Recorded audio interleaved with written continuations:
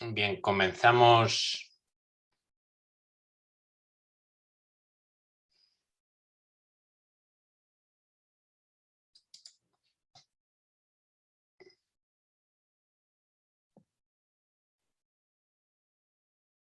Alejandro, ¿estás compartiendo pantalla?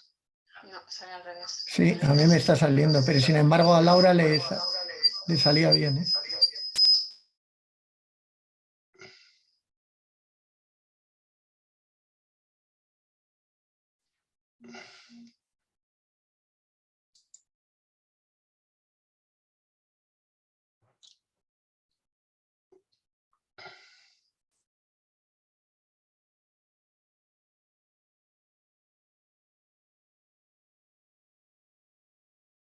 Bien, estas son instrucciones que se dan al principio de todas las sesiones que ya hemos recibido por correo.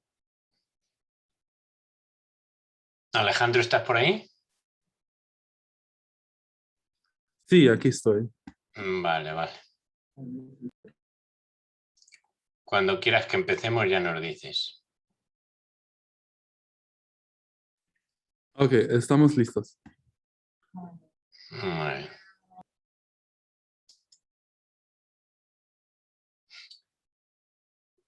Bien, pues dejar de compartir entonces. Muy bien. Pues comenzamos. Buenas noches, buenas tardes, donde toque. Aquí digo buenas noches porque todos los presentadores lo hacen desde España, así que me vais a permitir que barra un poco para casa porque yo también estoy aquí. Y digo que todos los presentadores lo hacen desde España, pero no porque sean todos españoles. En realidad, hemos agrupado en esta sesión a gente que trabaja en la Universidad de Valladolid, en el campus de Segovia, de España, pero en la primera presentación tenemos a Caterine Gajardo, que es chilena, Ana Fabiola Meza, que es mexicana, y Judith Cáceres, porque algo de representación teníamos que tener, es española. Están acompañadas las tres de Luis Torrego, que es su tutor en las investigaciones que están haciendo aquí en nuestra universidad. Bien, no me voy a extender en el currículum de las personas que intervienen, sino que voy a poner su breve currículum en el chat para que todo el mundo lo pueda ver tranquilamente y podamos disponer más tiempo para discutir. Pueden presentar ya ellas, pero vamos, adelanto que la primera experiencia que nos cuentan tiene el interés de ser intercultural, internacional, y son tres personas de tres países distintos compartiendo investigación, y más que compartiendo investigación, compartiendo penurias y disfrutes de la formación doctoral, ¿no? Y cómo a partir de esta experiencia vivida en la distancia por la necesidad que hemos tenido, que se ha apuntado varias veces ya en este congreso y se seguirá comentando, de recurrir a la educación a distancia, la experiencia de poner de manifiesto la importancia de la colaboración en la vida del investigador y en la vida en general. Bien, sin más preámbulo pasaríamos a esta primera presentación y yo pongo en el chat los datos de quienes presentan. ¿Quién va a empezar hablando? Una pregunta, no puedo compartir pantalla. Si me das esa opción, por favor. Sí, yo no sé, yo no puedo. A ver, ¿quién, Alicia, quién puede Con dar solo los atributos? pedirlo, los hospedadores van a otorgarle el permiso a Caterine. Gracias, ya se puede. Ya puedes, vale. Pues muy bien, cuando quieras, Caterine. O Caterine, bueno, que siempre me regañas. O Katy, simplemente vale. Katy. A ver, me hicieron co-host también, así que estoy admitiendo gente que está entrando. Ah, bueno. A ver si, puedo hacerlo toda la vez. Voy a ayudar al host a admitir a las personas que están entrando mientras les Espera, comento. que Yo creo lo- que lo puedo si hacer querés yo lo... también. Ah, bueno, porque si querías lo hacía yo, no hay problema. Bueno, todo el que pueda que admita, todo el que venga. Dale, dale. Gracias, Alfonso. Sería muy bonito también. Voy a ir haciéndolo porque no tengo ningún problema. Me dicen la mujer de los 1000 brazos en algunos lugares de Latinoamérica. Hola a todas y todos. Bueno, aquí estamos en familia, estamos todos juntos. Voy a hablar más lento para que se pueda comprender esta presentación, pero también quiero decir que aquí estamos en familia todos juntos, un tema bastante interesante. Están las demás personas que participaron en la creación de esta presentación. Yo soy Catherine Gajardo Espinosa, pero gusto que me llamen Katy. También está mi compañera y mi amiga muy querida Judith Cáceres Iglesia, presente aquí también. Ana Fabiola Mesa Cortés, que creo que entró con otro nombre, pero ya cambiará su denominación. Y el profesor Luis Torrego. Somos quienes vamos a presentar esta investigación. Vamos a hablar un poco todos en esta presentación, porque es una experiencia más profunda, que es muy bonita que podamos hablar cada uno de ellas.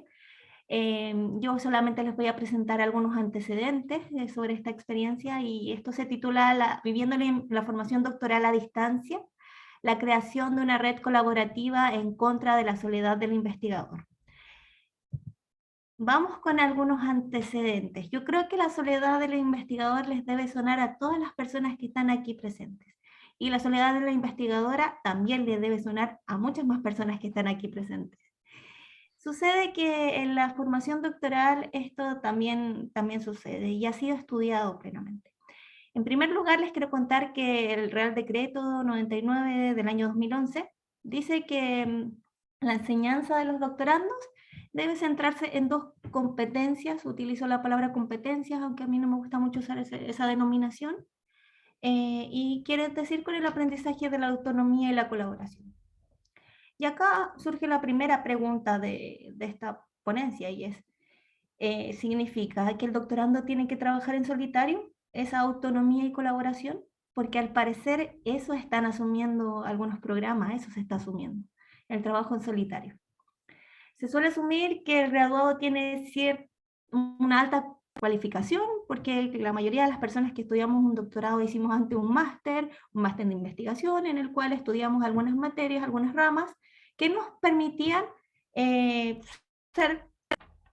tener una cualificación superior al resto de nuestros compañeros. Por ello mismo, los programas de doctorado no tienen un elemento curricular muy detallado, ya que las líneas de investigación que solemos asumir los investigadores predoctorales son diversas, y nosotros mismos nos tenemos que hacer cargo de nuestra formación por medio de la asistencia a seminarios, a congresos, esta misma oportunidad que tenemos todos juntos y todas juntas de participar de esta actividad, se forma parte de esta formación doctoral, de este camino del investigador predoctoral. También la formación predoctoral se compone de la aprobación de una serie de cursos que tienen que ver más con las metodologías de la investigación, los métodos de la investigación. Y aquí una investigadora que se llama María Guadalupe Moreno, en el año 2005 se hacía la pregunta que nosotros mismos también nos hacemos, y es, ¿aprobar un curso de metodología nos transforma en buenos investigadores? ¿Nos ayuda a aprender sobre autonomía y colaboración? Planteo esa segunda pregunta. La formación en la práctica, que en el caso de nosotras no aplica porque nuestro doctorado no tiene prácticas de por sí, pero algunos otros programas que sí investigó la investigadora Moreno en 2005, detalló que las prácticas de investigación son generalmente desarrolladas por los doctorandos en temas muy centrados en temas en específico, por ejemplo la recolección de bibliografía o la realización de pruebas estadísticas, elementos determinantes de una investigación, elementos determinados de una investigación, y el investigador se empieza a transformar más en un operario que en una persona, un investigador pensante sobre su tema de investigación. Empieza a aplicar test, empieza a desarrollar el análisis de dichos test, llega a unas conclusiones, las publica y el ciclo se repite nuevamente una y otra vez. Y esto nuevamente sume en una soledad al investigador, ya que se ha transformado en un mero operador. En particular, algunas investigaciones como Pocky en 1991, Hawerley en 2003, Alcón en 2007, señalan que durante la formación doctoral, una de las principales causas de abandono es el no tener redes de colaboración, el no tener compañía durante el proceso doctoral. Y esto no tiene que ver con la relación que existe con un tutor o con un director de tesis.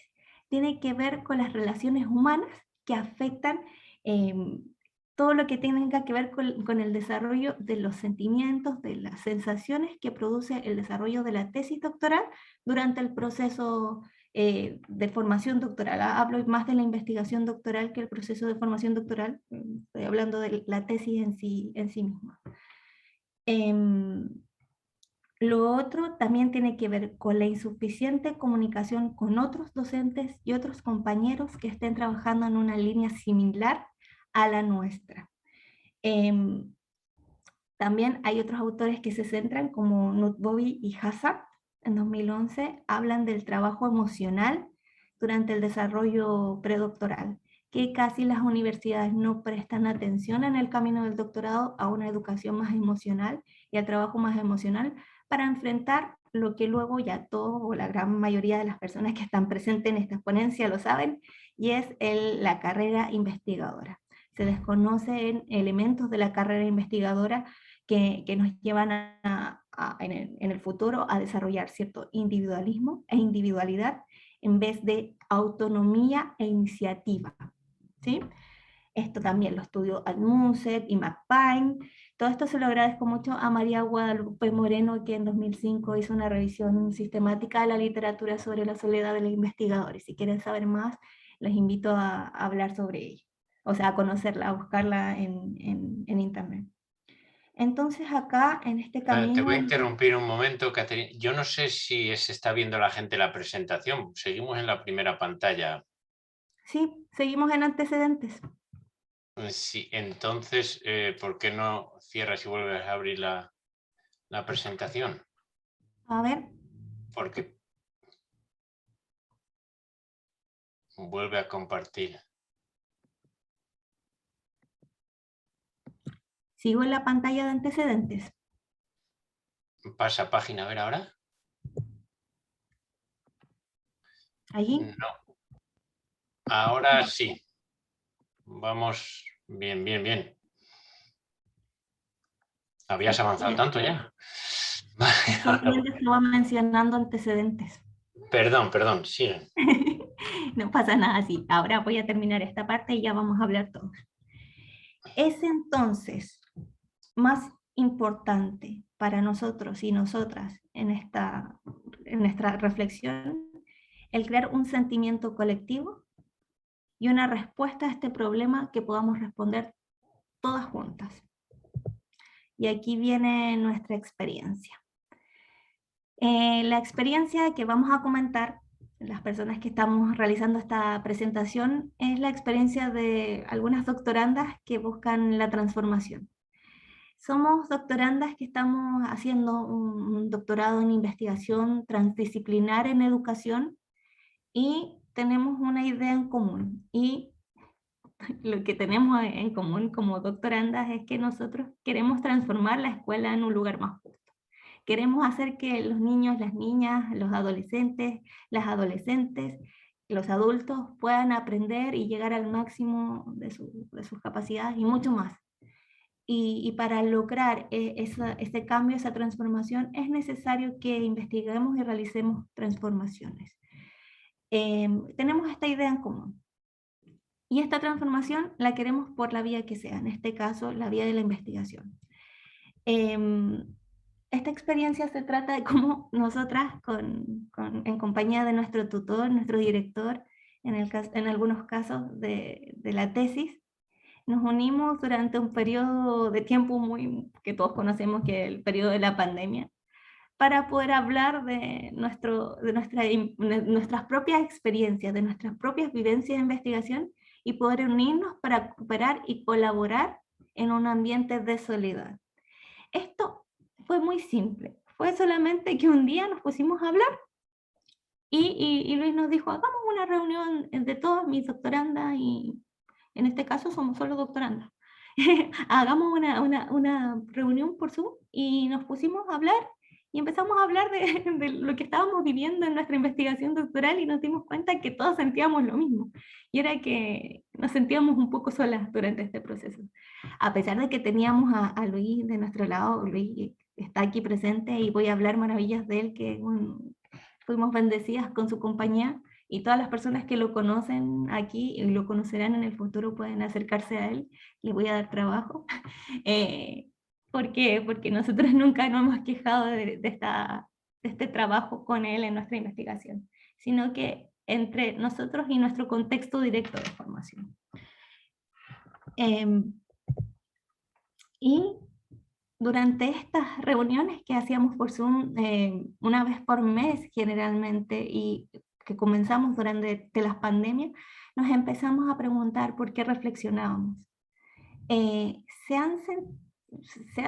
Nos hemos centrado principalmente que todos los elementos que producen la segregación y la discriminación, que es lo que nosotros estudiamos en nuestras tesis desde distintos puntos de vista,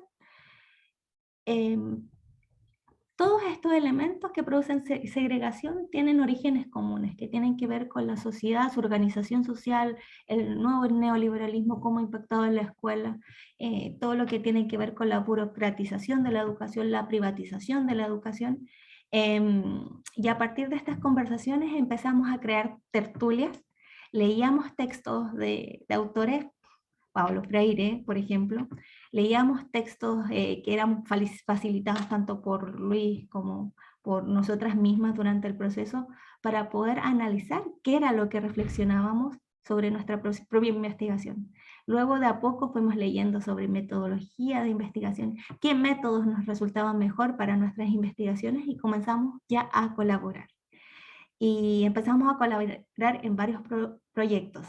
De hecho, luego más adelante, la ponencia que viene después, la mesa que viene después de esta, hablamos de esas experiencias. Así que se tienen que quedar obligatoriamente para que puedan ver lo que hemos desarrollado juntas. ¿Y cómo reflexionamos? Y aquí es donde quiero invitar a mis compañeras a que puedan mencionar sus experiencias con este proceso. A ver, como estoy compartiendo la pantalla, la veo en grande. Y quiero invitar a Judith a que pueda mencionar y pueda contarnos cómo reflexionamos. Buenas noches y buenas tardes para todas las personas presentes. Gracias, Katy, por tan buen recibimiento. Vale, pues yo, en primer lugar, como me ha dado el turno, pues os voy a contar mi experiencia antes como de pertenecer a este magnífico grupo de doctorandas que somos ahora. Pues como decía Katy al principio, te asusta un poco. Al menos yo, por ejemplo, no tenía ninguna relación con el mundo universitario. Pues sí, había hecho mi carrera y conocí a mi director de tesis y poco más. No tenía ni idea de lo que era un ayudante doctor o un catedrático, o sea, no sabía ni que había como una escalera, ¿no? Yo también soy co-host y estoy por aquí admitiendo gente, perdonad. Pues así, que no sabía nada realmente de la universidad. Entonces, cuando te empiezan a decir, pues tienes que publicar, tienes que dar clases también, tienes que... era como un mundo súper grande que parecía que se caía encima mía. Además, yo soy mamá de 3 niñas pequeñitas y hubo un momento en el que de verdad me planteé si yo iba a poder con todo esto. Sobre todo el año pasado, a comienzos de curso aquí en España, que es septiembre, justo también iba a comenzar con la FPU, que es como, es un contrato predoctoral que otorga aquí el Ministerio de España. Estaba muy contenta por haberlo conseguido, pero a la vez me vino como un poco grande. Me sentía muy pequeñita porque necesitaba que mis hijas entraran al colegio y aprender todo. Entonces no sabía muy bien cómo hacerlo y hablé con Luis, que bueno, ya Katy ha dicho cosas muy bonitas y no quiero seguir porque sé que a Luis tampoco le hace falta. Él ya sabe todo lo que lo queremos y lo admiramos. Entonces, bueno, pues hablé con él y le planteé un poco mi situación de agobio y como siempre, bueno, pues él habló con nosotras. Yo creo que como nos sintió que todas estábamos, cada una con sus intereses y preocupaciones, pero quizá todas como en la misma línea, ¿no? Y como ha dicho Katy, pues parece que surgió como, no sé, pues quizás de la escucha, ¿no? Del diálogo, de escucharnos a nosotros, dijo, pues vamos a hacer estas reuniones. Entonces yo pasé de estar sola, de no tener ni idea, a sentirme con igual de pocas ideas, pero al menos acompañada. Acompañada, no sé qué pone Alfonso, no te leo, Alfonso. Si lo quieres Anda, que escribir lo hacía por no interrumpir, habla despacio para la vale, interpretación. tienes razón. A mí es que me cuesta mucho hablar despacio. Pues eso, me sentía igual con muy poquitas ideas, pero sí que ya al menos acompañada. Pues acompañada por personas que sabían quizás muy poco como yo, otras que sabían mucho más que yo. Entonces como que nos dábamos la mano y comenzamos a caminar todas juntas, pues a compartir, por ejemplo, congresos que nos podrían interesar, a compartir dudas, experiencias buenas y no tan buenas. Y creo que todo esto nos ayudó a todas, porque al final, aunque cada una tiene sus intereses particulares, hay muchos que son en común. Hay muchas veces que cuando comienzas un congreso, pero que es hacer una ponencia, ¿qué puedo llevar? ¿Qué debo llevar? No sé, una publicación, cómo hay que escribir. Pues entre todas yo creo que nos hemos ido ayudando y yo pasé de sentirme muy, muy pequeñita a sentirme una más y por eso, pues hoy, fíjate, estamos aquí trabajando juntas y junto a Luis también, pues creo que como que se demuestra, ¿no? Lo fabuloso que ha sido este grupo y cuánto nos ha ayudado, que ha sido mucho, muchísimo. Bueno, y ahora yo creo que ya puedo dar paso a Fabi, si os parece bien, para que cuente ella también su experiencia como además persona que, pues que ni era de España y creo que se sintió muy bien acogida. Te paso el turno, Fabi.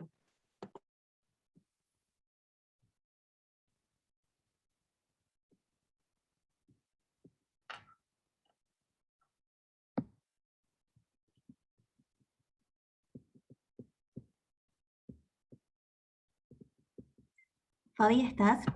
Iba a decir, es que no sé, quizás no está. Yo no la vi, pero como dijiste que igual había entrado con otro nombre. No sé si está por ahí. Sí.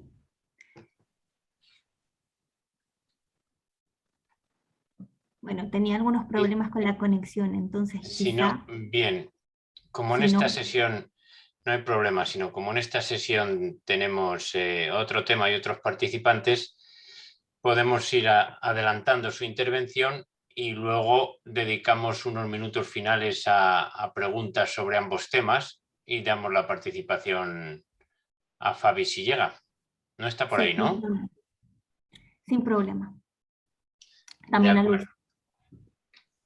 Entonces, iríamos ahora a hablar de otra experiencia, también de un trabajo llevado a cabo también en la Universidad de Valladolid por 3 compañeros nuestros, que son Susana Andrés, Laura Picazo y Agustín García Matilla. Bien, como en el caso anterior, les vamos a dar la palabra y yo en el chat voy a poner su breve currículum para que le localicéis y sepáis por dónde pueden ir sus intereses y por lo tanto qué tipo de preguntas podemos hacerles. Bien, tendréis que dar, creo que ya estáis bien, ya estáis compartiendo pantalla, ¿no? Muchas Pues gracias, adelante. Alfonso. Susana, gracias. Gracias, muchas gracias. Bueno, mis compañeras me han dado la palabra por ser el más viejo y el único chico de este grupo. Y entonces, pues os agradezco sobre todo la oportunidad. Alicia, Alfonso, Claudia, que también está dentro de esta mesa. Ha sido un gusto escuchar a Alba también, a las compañeras Katy y Fabiola. Entonces, yo hago una pequeña contextualización inicial. Sabéis que en este trabajo pues, se intenta rescatar la idea de que las mujeres han estado marginadas en las publicaciones, en los ámbitos de la comunicación y de la educación. Y en este sentido, lo que hemos planteado es una serie de preguntas, dado que el propio Paulo Freire aboga por una pedagogía de las preguntas en lugar de lo que puede significar una educación que dé respuestas y que anule la activa presencia de los estudiantes y el pensar, el pensamiento crítico de los estudiantes. Y en ese sentido hemos querido iniciar con algunas preguntas que tienen relación intrínseca con el trabajo que se ha realizado. Bueno, aquí estamos viendo la primera pregunta. ¿Cuál era el nombre? ¿Cuál era el nombre de la mujer de uno de los más importantes pedagogos de la historia, que influye mucho en Paulo Freire, que es Freinet? ¿Cuál era el nombre propio de Freinet? Lo dejamos en el aire y pasamos a la siguiente pregunta. En este sentido, estamos también haciendo una pregunta que es: ¿reconocéis a Elsa Maya Costa de Oliveira? ¿Quién era Elsa Maya Costa de Oliveira? Bueno, pues probablemente hemos tenido pocas respuestas acertadas, aunque seguro que en el chat hay respuestas acertadas. Hablamos de Paulo Freire siempre, pero desconocemos que Elsa Maya de Oliveira era otra pedagoga que ayudó a lo largo de su vida, como primera mujer de Paulo Freire, a este gran pensador. En el caso concreto de la pregunta de cómo se llamaba, cuál era el nombre propio de Freinet, siempre nos sale la respuesta de Célestine Freinet. Pero Célestine Freinet tuvo a una compañera que fue más de una compañera de trabajo, que se llamaba Élise Freinet. Y ambos desarrollaron pues toda una teorización sobre el texto libre, sobre el intercambio de textos entre escuelas de muy diferentes lugares de Francia, y ambos utilizaron la imprenta como una tecnología pionera, una tecnología que en esa época podría considerarse como también una tecnología útil para la escuela y nueva para la escuela, para que sus escolares rompieran con los muros del aula. Esto ha sucedido a lo largo de toda la historia. Nosotros mismos en el campus María Zambrano de la UBA en Segovia no quisimos nombrar exclusivamente doctor honoris causa a Armand Matelar, que como sabéis es uno de los teóricos de la comunicación más importantes, pero Armand trabajaba estrechamente con su compañera Michelle Matelar, que a su vez era una gran teórica del feminismo y de estudios de género, y que ayudó a Armand durante toda su carrera e impulsó su carrera. En este sentido, lo que queremos plantear de arranque es que, tomando una frase del propio Paulo Freire, nadie es si se prohíbe que otros sean. En este sentido, ¿qué sucede? No se ha prohibido a las mujeres escribir, me diréis, pero sí, en la práctica, lo que se ha hecho ha sido anular a las mujeres que escribían sobre educación o comunicación, porque simplemente se les ha dado menos oportunidades. Igual que se les ha dado menos oportunidades en el mundo de la ciencia, en el mundo de la literatura, en el mundo del arte en general. Y por lo tanto, el trabajo que presentan tanto Laura como Susana es precisamente ese trabajo de contextualización. Ni siquiera quienes nos consideramos en alguna manera pioneros en la educomunicación, sabéis que hemos estado hablando en anteriores presentaciones de si hacemos la disquisición de educomunicación o de educación en competencia didáctica, en competencia mediática, o el concepto de media literacy, que es el concepto anglosajón. Lo primero que tenemos que decir es que los desarrollos iniciales se hacen en el mundo francófono, en el mundo latinoamericano, porque en el mundo de Latinoamérica se ha hablado originalmente de comunicación popular, que luego a partir de Mario Kaplún se convirtió, siguiendo las enseñanzas de Paulo Freire, en educomunicación. Es muy importante que rompamos por una parte con el etnocentrismo, pero por otra parte rompamos también con la hegemonía del hombre, autor, como único reconocimiento a un sexo determinado, a un género determinado, que realmente ha ido opacando, y de ahí que saquemos esta frase: nadie es si se prohíbe que otros sean, porque en la práctica lo que se ha hecho ha sido prohibir la presencia de las mujeres. En este sentido, quiero dar la palabra tanto a Laura como a Susana, que han tenido la generosidad de dejarme hablar para enmarcar este primer contexto, porque la investigación es realmente interesante y abre una línea de trabajo que se está desarrollando muy severamente, con mucho rigor en el campus María Zambrano de la Universidad de Valladolid en Segovia, y también por profesoras como Laura Picazo, que, como sabéis, pertenece a la Universidad Complutense. Laura, tienes la palabra. Muchísimas gracias, Agustín. Muchísimas gracias, compañeros, Alfonso, a la organización del Congreso. Bueno, pues para ilustrar este planteamiento y continuar en esta línea que nos comentaba compañero Agustín García Matilla, voy a contar en qué ha consistido. Voy a intentar ser breve y ceñirme al tiempo que tenemos y también hablar despacio. No sé si voy a conseguir las dos cosas. Bueno, pues hemos realizado una investigación, Susana de Andrés del Campo, Agustín García Matilla y yo, Laura Picazo, tratando de abordar la brecha de género en los... Disculpad, a ver, que pase aquí. En los resultados en Google Books a las búsquedas de los términos communication, comunicación, education y educación, realizando la búsqueda en un modo oculto, con el único filtro de la geolocalización en España y registrando 50 resultados, 50 títulos por cada uno de los términos.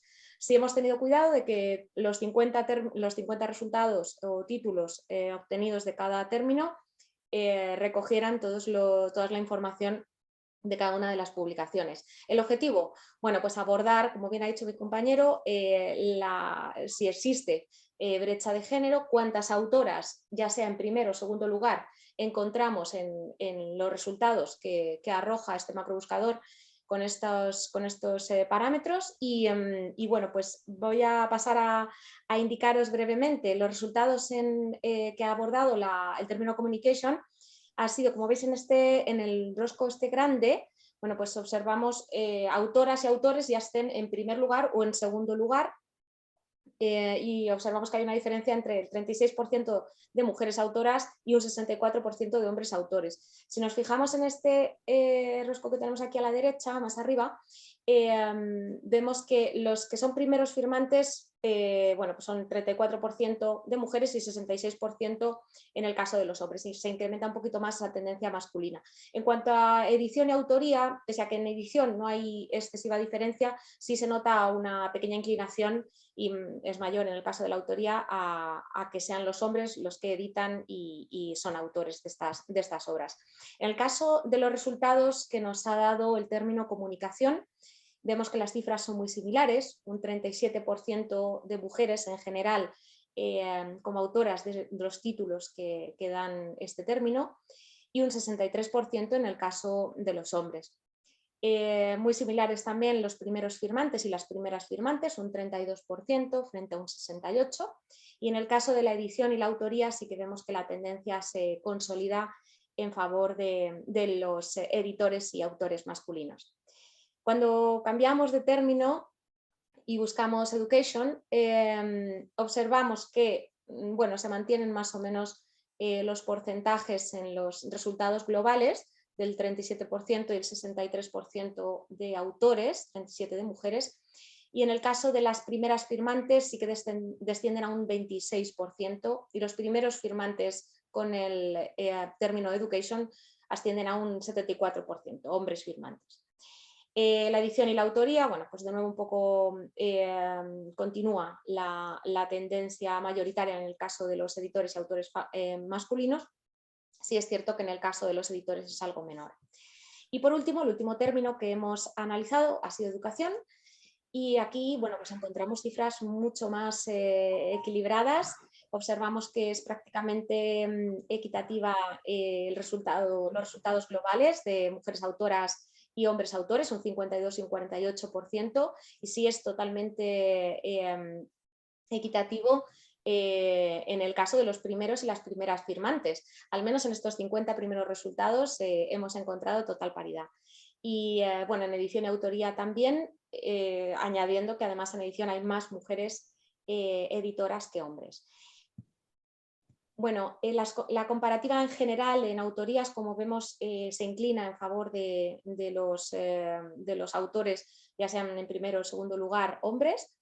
Sí es cierto que en comunicación es un poquito más, en educación, perdón, el término educación es un poquito más es menor en el caso de los hombres. Y luego en las primeras firmas sí que observamos que hay una tendencia mayoritaria en todos los términos, salvo en educación, que como decimos se observan resultados muy iguales. En cuanto a la pregunta, el objetivo que nos hemos marcado, bueno, pues sí que podemos hablar de un sesgo de género de 24 puntos en el caso de la autoría general de estos 4 términos, al menos en los resultados que arrojan este buscador con la investigación que hemos realizado. Y en cuanto a la primera firma, el sesgo se agrava un poco más y hablamos de 29 puntos en detrimento de las mujeres. Bueno, en cuanto a la autoría única, observamos que, como hemos comentado, la tendencia continúa siendo a que hay más hombres que publican de forma individual, independiente, ellos solos. Y en cuanto a si hay más títulos de hombres o mujeres de publicaciones españolas o de fuera de España, de cierto modo también la tendencia bueno, pues se inclina en favor de los autores hombres. Bueno, depende un poco del término que abordamos. Communication y education van siempre a mostrar más resultados en publicaciones internacionales, y comunicación y educación siempre más nacionales. Bueno, a nivel cronológico, y con esto ya termino, no se desprenden grandes revelaciones, no se desprende una tendencia lógica o gradual, pero es cierto que en este sentido Google Books y bueno, el buscador en general se ve influido por otros parámetros y otros elementos que pueden ser fruto de objetivo de estudio en un futuro, y bueno, desde luego nos deja muchos más interrogantes a los que dar respuesta. Muchísimas gracias y doy el paso a mi compañera Susana Andrés. Muchísimas gracias, Laura, por mostrar estas gráficas que creo que ayudan a ver la desigualdad. Y abrazos a las 30 personas que están conectadas y que nos hemos encontrado aquí para celebrar a Freire y su pedagogía del oprimido y de la libertad. Efectivamente, hay una contradicción in terminis en todos estos datos, y es que se sabe que las mujeres leen más, van más a las bibliotecas, acuden más a los clubs de lectura, en general tienen más libros en casa. Yo es algo que observo también, pues si voy en el metro casi siempre encuentro más mujeres leyendo. Es algo sobre lo que hay muchos datos, ¿no? Y en cambio, pues nos encontramos esa brecha en quién escribe, ¿no? Quién escribe y quién lee, quién genera el conocimiento y cuál es el sesgo androcéntrico que está marcando nuestro conocimiento y con lo que estudiamos. Y a veces no nos damos cuenta de esa bibliografía que aportamos, esos libros de texto que aportamos, pues tienen un sesgo androcéntrico y participan de una cultura desigual, de una cultura que oprime a unas más que a otros, ¿no? Y de alguna manera se está generando sentido solo o especialmente por una parte de la población. Estos datos son especialmente contradictorios porque tanto en educación como en comunicación estamos hablando de espacios feminizados. Es decir, la mayoría del alumnado, estamos en la universidad, del alumnado en nuestras aulas.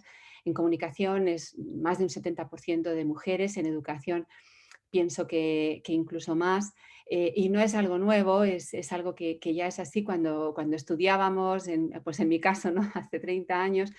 ya era así y la mayoría de las profesoras en educación también son mujeres. Hay un 80% de profesorado en educación de mujeres. Y por eso mismo estos datos son especialmente extraños, ¿no? ¿Quién crea sentido y en cambio quién está intentando salir a las filas profesionales, quién está intentando dedicarse a la educación o quién de facto está en la profesión de la comunicación y de la educación, y que son mayoría mujeres o, bueno, dependiendo de los entornos, ¿no? Porque hay también diferentes campos dentro de la comunicación y la educación. Pero bueno, Freire consideraba que en las democracias auténticas había que ser cada vez más críticos. Él no habló de conciencia feminista, pero sí que habló de conciencia y siempre estuvo al lado de la humanidad más excluida, y sabemos que la parte más excluida de la humanidad y más empobrecida siempre son mujeres.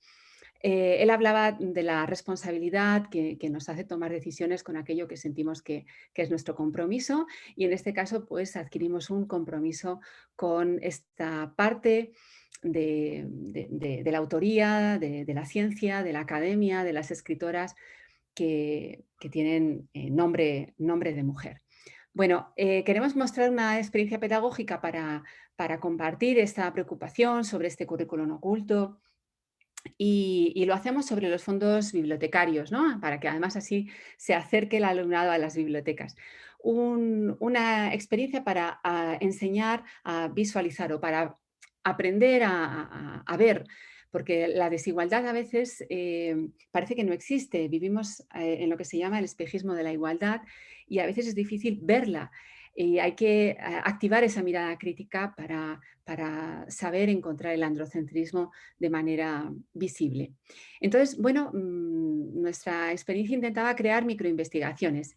No sé si Laura puede poner un vídeo que resume un poco una experiencia de bajar a las bibliotecas y retirar los libros de las estanterías para dejar solo los que son de mujeres. ¿Se lanza, Laura? ¿Me dais un momentito? Que creo que nos está compartiendo el sonido del vídeo, ¿verdad? No, es que no vemos el vídeo. Ni el sonido ni la imagen. Se ha quedado en la primera pantalla. Vale, dadme un momentito, es que estaba compartiendo solamente el PowerPoint. Un segundo.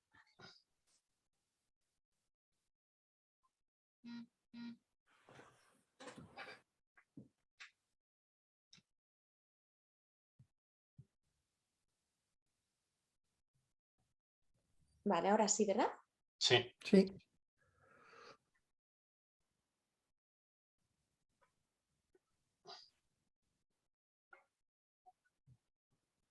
No se estaría escuchando el audio.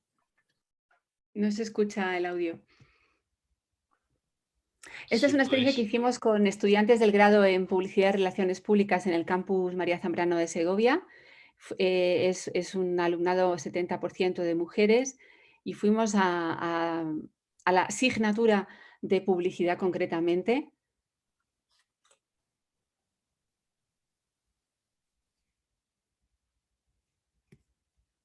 Sí, si no podrían compartir, perdón, Alfonso. Sí, poned el enlace en el chat. Es, tal cual. Y que lo vea cada uno desde su ordenador y comentáis lo que queráis. Vale. Mira que ya sí que va. Ahí salió el audio. Ahora sí. ¿Sí? El audio no tiene importancia. Sí, pero no da el ancho.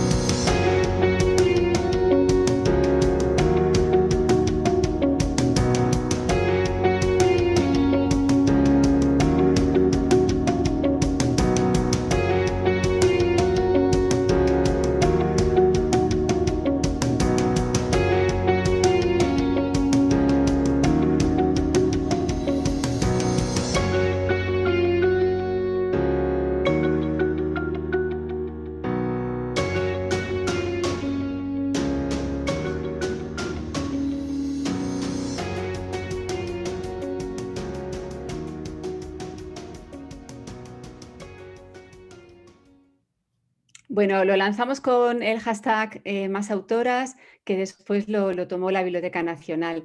Y no sé si Laura puede compartir de nuevo el PowerPoint. Es que ni me siento porque viene Raúl Cimas. ¡Vamos con el otro vídeo. Y la propuesta que hacíamos al alumnado era pues que en sus propias bibliotecas comprobasen qué era lo que habían leído, ¿no? En los libros que tenían en su casa o los libros que tuviesen al acceso en la biblioteca a la que habitualmente acudían. Y entonces cada estudiante, bueno, pues hacía simplemente esa comprobación de retirar y encontrar la diferencia visual, ¿no? Que es como más, no sé, determina mucho más, de una manera mucho más clara qué es lo que estaba pasando. ¿Es la diapositiva 24, Laura? Por ejemplo, este es un caso de un alumno, o la 25, bueno, son ejemplos de cómo cada estudiante con su biblioteca entregaba su pequeña investigación y su propio porcentaje. Bueno, pues esto de alguna manera era una pequeña metodología de investigación-acción para hacerse conscientes, para hacerse cargo de sus propias lecturas, elecciones, su bagaje literario, etcétera, y que esa misma experiencia marcase cierta conciencia a la hora de leer, de acercarse a los libros y, bueno, y de encontrar en las bibliografías, a veces de los artículos que leemos o que damos en clase, desvelar también ese carácter que, como decían antes en el chat, ese carácter androcéntrico, también normas como por ejemplo la APA, que ahora asumimos, o bueno, normas en general bibliográficas, tapan los nombres de pila y tampoco dejan muchas veces ver quién está detrás, pero si se desvela, pues se pueden ver siempre estos porcentajes, ¿no? Hay muchos estudios que además vienen demostrando que a las mujeres se las cita menos, etcétera. Y bueno, pues nada más, esta es una experiencia que queríamos compartir y podemos continuar la conversación. Muy bien, muchas gracias, Susana. Muy interesante la experiencia de 3 experimentados investigadoras, tendré que decir, ¿no? Pues si tengo investigadores, 3 experimentadas investigadoras.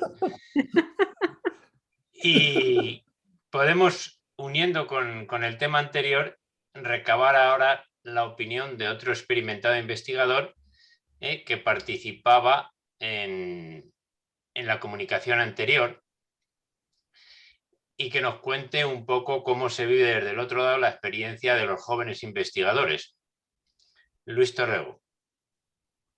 Hola, buenas tardes, buenas noches y gracias a Alfonso por haberme dado la palabra y por poder compartir con todas las personas que estáis formando parte de esta sesión. En realidad, bueno, yo de lo que han dicho Katy, Judith y Fabi, que está por aquí, que sí, yo sí que la he visto ahora, así que está, pues solo puedo... Hablaba antes de Alfonso de compartir las penurias y disfrutes del trabajo en el doctorado. Yo tengo que reconocer que casi solo he tenido disfrutes. Me pasa lo que dice Freire, que solo educadores autoritarios niegan la solidaridad entre el acto de educar y el acto de ser educados por los educandos, ¿no? Lo que han expuesto pues Katy y Judith, que han estado hablando, pero hay más doctorandas, es como en un periodo de pandemia, cuando hemos estado hablando, con doctorandas que están bueno, tienen escenarios muy diferentes, Chile, México, Alemania y España, pues intentan evitar la soledad que conlleva el doctorado. Y también una cosa, porque ellas han estado hablando de la presión, de la intención de hacer una investigación que sea verdaderamente transformadora. Los estudios de doctorado normalmente traen la soledad, pero además traen una presión por la competitividad y por la productividad que anula la solidaridad en el trabajo compartido y además también puede eliminar esa tendencia al pensamiento crítico que es necesario para la verdadera transformación. Y yo he sido testigo, he tenido la oportunidad de ver cómo se organiza un grupo de 7 u 8 doctorandas para precisamente mantenerse ese espíritu crítico, esa intencionalidad transformadora y huir de analizar la presión que tienen por la competitividad. Y no quiero más que darles las gracias por ello. Muy bien, gracias Luis. Ahora atenderemos si hay preguntas en el chat, podéis ir mirando, pero yo sí que quería destacar la relación que tenemos entre estas dos intervenciones, ¿no? Tenemos a unas jóvenes investigadoras proponiendo la investigación no simplemente como una actividad académica que te acredita, te da créditos, te da titulación, sino como una acción transformadora, y así lo han presentado, y no podíamos tener después mejor ejemplo que el que hemos visto, que el que nos han presentado Laura, Agustín y Susana, que evidentemente de lo que trata es de transformar la sociedad, en este caso mejorar, transformarla a mejor, ¿no? Entonces, tenemos unos 10 minutos para posibles intervenciones para completar, porque siempre se tiene que quedar algo en el tintero. Evidentemente en estas sesiones tratamos de dar a conocer un poquito del trabajo de estas personas tan interesantes, con las que luego se puede contactar. Cualquiera que busque en cualquier buscador o cualquiera de los ahí presentes puede contactar con él y ver sus trabajos. Y no podemos decir aquí todo lo que podría interesar a la audiencia, pero si queréis cualquiera de los que habéis intervenido. Sí, yo quería, Alfonso, si está por aquí. Si me permites, quería subrayar algo, ¿no? Y algo que se subraya con una frase reiterada por el propio Paulo Freire, que dice: todos nosotros sabemos algo, todos nosotros ignoramos algo, por eso aprendemos siempre. Y en este sentido, muchas veces se desprestigian los estudios de género, y una investigación tan aparentemente elemental como la que han presentado más in extenso, aunque haya sido de una forma breve, Laura y Susana, pues lo que nos demuestra es que no somos conscientes de algo que es una verdad objetiva, y es la discriminación de la mujer en todos los planos, cuando en realidad podemos cuantificar esa discriminación. Entonces, muchas veces en la academia, en estos momentos se desprestigia, porque se dice: no, se está invirtiendo en investigación de algo aparentemente trivial. No es nada trivial. Lo que tenemos que aprender todos los hombres es que esa discriminación tiene una objetivación clara y que se repite no solo en estos aspectos, sino también en otros techos de cristal que están presentes en toda la sociedad, ¿no? Y el hecho de que los jóvenes y los propios académicos seamos conscientes de eso, de cómo desaparecen de las estanterías de una biblioteca los libros que solo han sido escritos o coordinados o editados por mujeres, o de los que tienen autoría, es muy significativo y de alguna manera recoge ese pensamiento del propio Freire, porque realmente está en esa frase: todos nosotros sabemos algo, todos nosotros ignoramos algo, por eso tenemos que aprender siempre, permanentemente, ¿no? Muy bien, cualquiera de los otros ponentes, ¿queréis añadir algo? ¿Alguna pregunta de cualquiera de los que están, de los asistentes? Sería el momento de... Y antes de terminar, quería hacer una observación, y es felicitar a Abregu, porque no entiendo cómo es capaz de, no sé, porque no tengo el lenguaje de señas, no lo conozco, pero me extraña que sea posible hacer comprender a este ritmo que hablamos, pero bien, vale. Muy bien. Pues si no hay ninguna intervención más, aquí lo dejaríamos, y quedan ahí los contactos, queda esta nueva red establecida de investigadores, jóvenes y menos jóvenes, y nos despedimos hasta la próxima. Muchas gracias a todos por vuestra participación, y gracias a Michael, que llega ahora. A aplaudir en lengua de señas para que tomemos una. ¿Cómo se aplaude? Así. A una cosa que sabía hacer yo en señas, resulta que lo hacer de otra forma. Ahora le aplaudimos a Lourdes. Muchas gracias, Lourdes. A Lourdes, es el apellido, el nombre es Lourdes, creí que era Abreu. El nombre es Lourdes, gracias. Lourdes. Gracias, Lourdes, gracias a todos. Gracias, abrazos. Muchas gracias. Adiós. Hasta pronto.